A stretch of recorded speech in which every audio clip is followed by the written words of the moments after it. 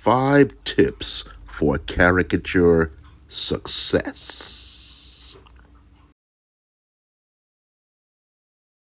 In order to be an effective caricature artist, you have to have a teachable spirit. You have to be willing to be taught, to be told, to be instructed, and to be corrected. And that's hard for artists to do. It's hard because we have our own vision, we have our own mind, and usually we're the best in our class, we're the best on our block, we're usually the best artists everywhere we go. And then when we get around another group of artists, things change.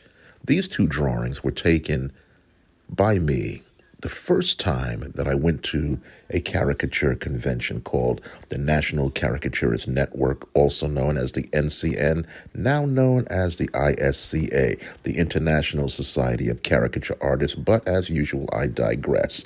This particular person I was drawing already had an exaggerated look, and I drew that drawing on the left first. It was a good drawing. It was exaggerated. He liked it, but I thought I didn't need anything else.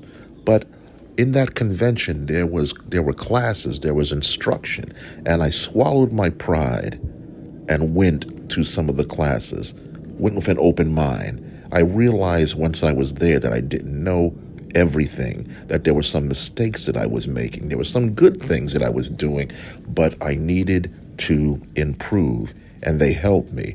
Now, this convention lasted a week, and after 1 week of drawing, the drawing on the extreme right is what came out. This type of improvement in 1 week, all because I was willing to put aside my pride, like you need to if you want to improve, and do the work. There is no excuse for not practicing. Oftentimes, as artists, we think that we can just get up there and do it, and let's face it, sometimes we can. The regular person who doesn't know anything about art really doesn't notice.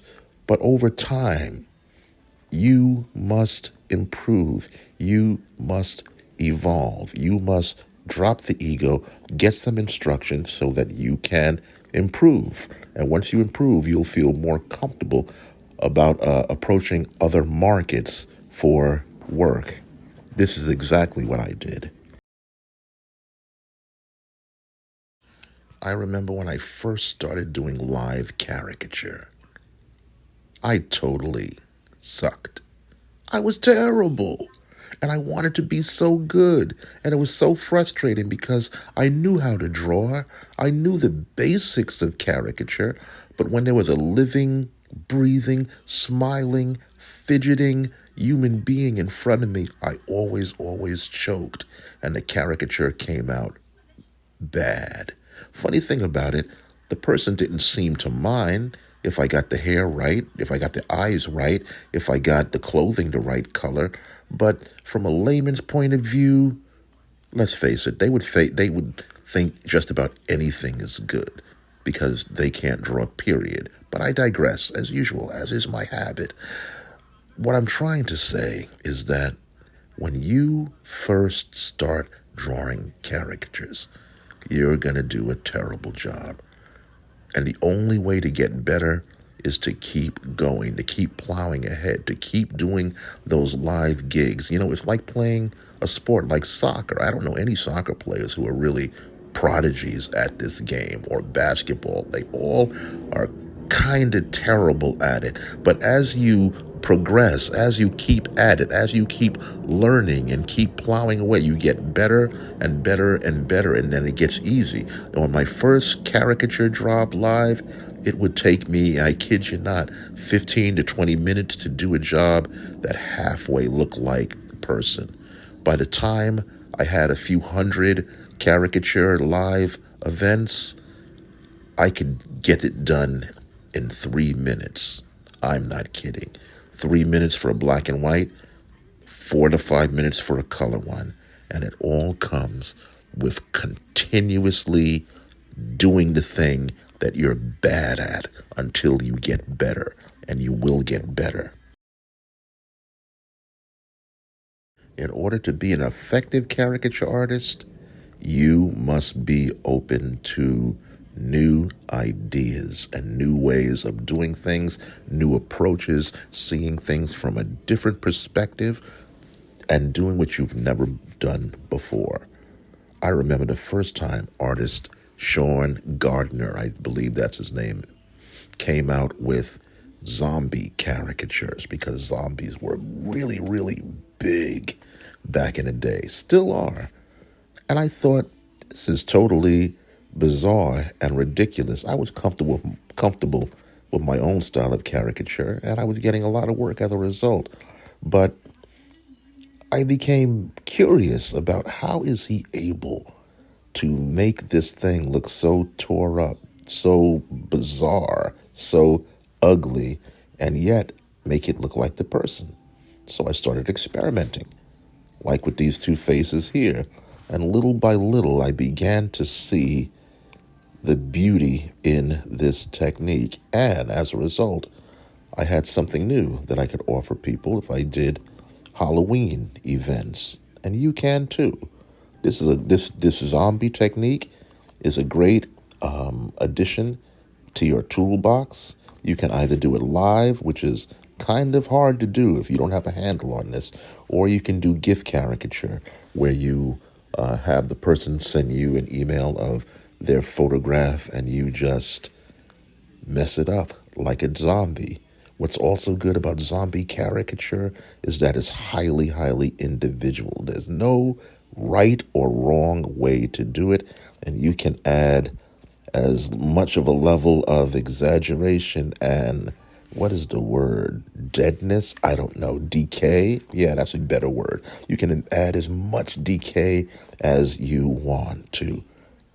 That bullet hole on the character on the extreme left, that was a last minute thought that I had, and it seemed to work out. So don't be afraid of looking at things from another perspective and learning a new method that's totally unfamiliar to you.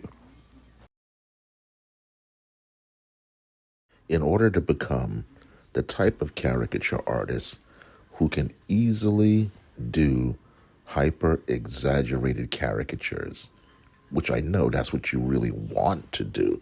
But in order to do that, the caricature artist must first lose his or her own inhibitions and put his or her ego aside. That's right. It has to begin with you. It's something internal. I remember when I first started doing caricature, I was so scared that a caricature artist would draw me as I truly looked. And as I said in a previous video, caricature artist Dion Socia said, don't fix them. That seemed to be a caricature credo as I began learning. Don't fix them. Draw them as they are. And what you see objectively, exaggerate it. If something is small, like a small nose, draw it smaller. If something is large, like the eyes, then draw them larger, and so on and so forth. Squash and stretch. But in order to do that, you have to lose your inhibitions. One of the more effective ways to do that is to have caricature artists draw you. And I mean draw you a lot.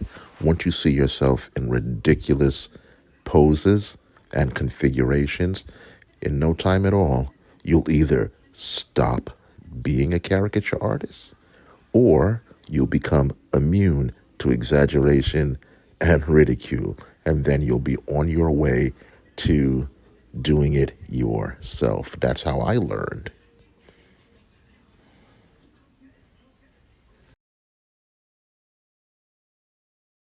My final tip for becoming a more effective caricature artist, and it also ties into losing your inhibitions and letting your imagination run wild.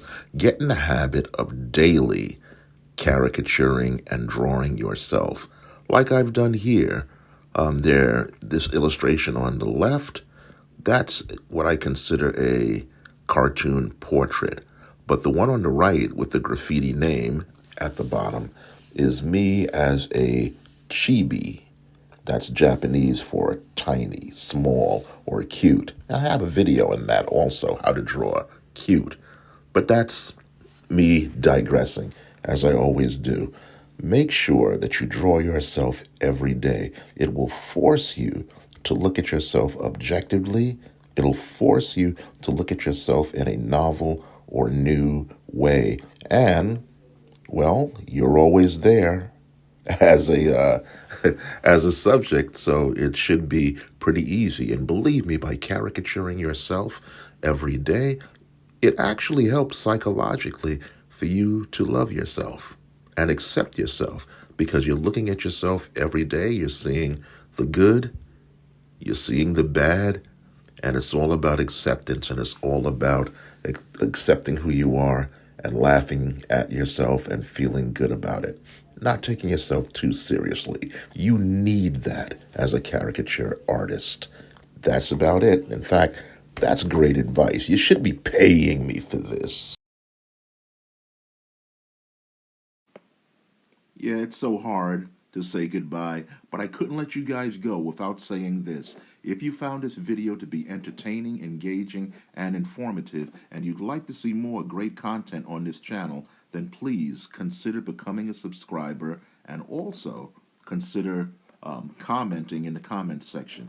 I love to read what you have to say. This is Elgin Subway Surfer Bowling, your creative caricature marketing consultant. As always, my email address is cartoons4u2 at AOL.com. That's cartoons, the number 4, the letter U, the number 2 at AOL.com.